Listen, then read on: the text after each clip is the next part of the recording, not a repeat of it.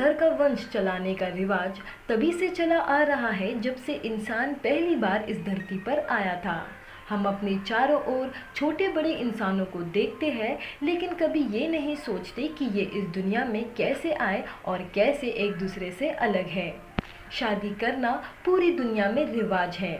ये एक ऐसा कानूनी रिश्ता है जिसमें आप अपनी बची हुई जिंदगी के लिए एक पार्टनर को चुनते हैं और शादी के बाद पति पत्नी पर दबाव होता है कि वो अपना वंश आगे बढ़ाए, और ऐसा हमेशा से चलता आया है।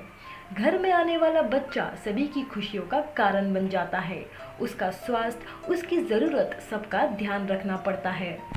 और ऐसे ही माता पिता हैं नंदा और नरनंदा कुमारी, जो कि काठमांडू नेपाल के रहने वाले हैं। नंदा ने एक लड़के को जन्म दिया जिसका नाम रमेश कुमारी रखा। ये छोटा बच्चा पूरे परिवार में खुशियों का कारण बनने वाला था।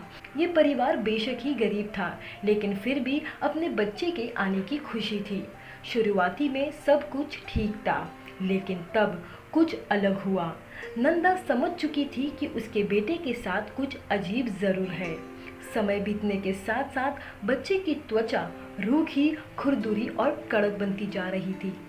शुरुआती में सबको लगा कि ये किसी तरीके की एलर्जी है जो कि कुछ ही दिनों में चली जाएगी, लेकिन हालात समय के साथ और ख़राब होते गए, क्योंकि अब ये एलर्जी बच्चे के पूरे शरीर में फैलने लगी थी।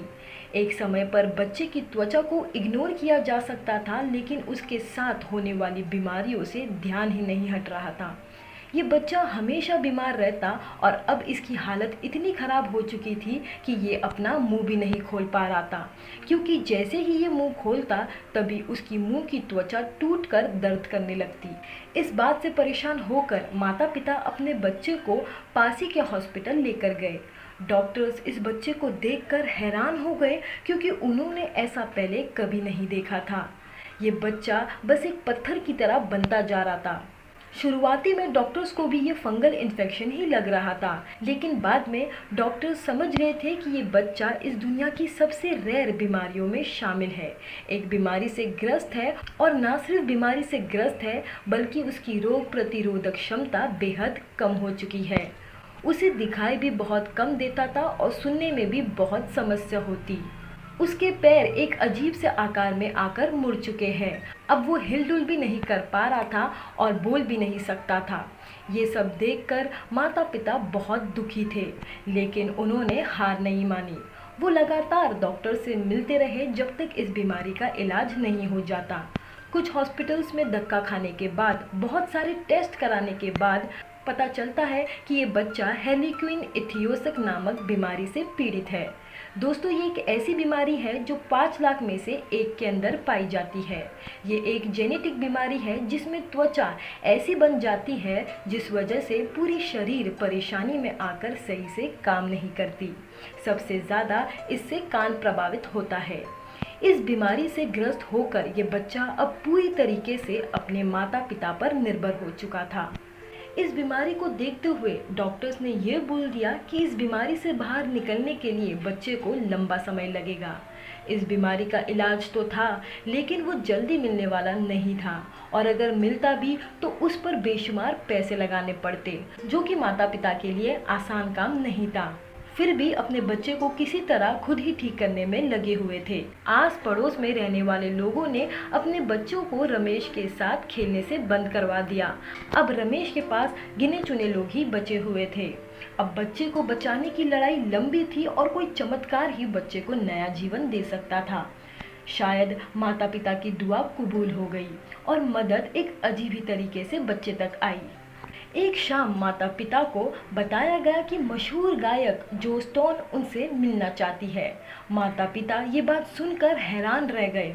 उन्होंने इस गायक का नाम पहली बार सुना था। प्रसिद्ध हस्ती के आने की तैयारी शुरू हो गई थी। जोश आई, उसने रमेश से मुलाकात की और उसने बताया कि उसका काठमांडू में एक कॉन्सर्ट है और उससे आने वाले पैसे को वो रमेश के इलाज के लिए दान करना चाहती है। ये सुनकर रमेश के साथ साथ उसके माता पिता बहुत ज़्यादा खुश हो गए। रमेश 11 साल का था और अभी जाकर उसका सही से इलाज शुरू होने वाला था। उसका इलाज शुरू हुआ और रमेश का इलाज आज भी अमेरिका में चल रहा है। जैसे ही हमको रमेश के बारे में और पता चलेगा, हम आपको ज़रूर बताएंगे। अब दूसरी कहानी है कायला नामक औरत की। कायला नाम की औरत इस दुनिया की सबसे दर्दनाक और सबसे भयानक बीमारी से ग्रस्त है, जिसका नाम कॉम्प्लेक्स रीजनल पेन सिंड्रोम है। इस बीमारी में होने वाली दर्द का कोई भी मुकाबला नहीं कर सकता। इसमें ऐसा लगता है जैसे वो अंदर से पूरी तरीके से जल रही है। कायला बताती है कि जब वो 1-2 डिग्री तापमान वाली जगह पर जाती है, तभी उसके शरीर के अंदर जलन महसूस होती है। अपनी इस बीमारी से लड़ते हुए कायला आज भी इस बीमारी का इलाज ढूंढ रही है। इटली में रहने वाली 27 साल की कायला एक रेस्टोरेंट में काम करती थी।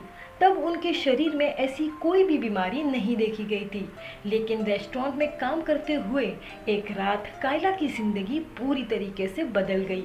होटल के किचन से बाहर जाते हुए उनका हाथ वहां के दरवाजे से कुचल जाता है। उनको बस लगा ये एक घाव है और जल्दी ही ठीक हो जाएगा।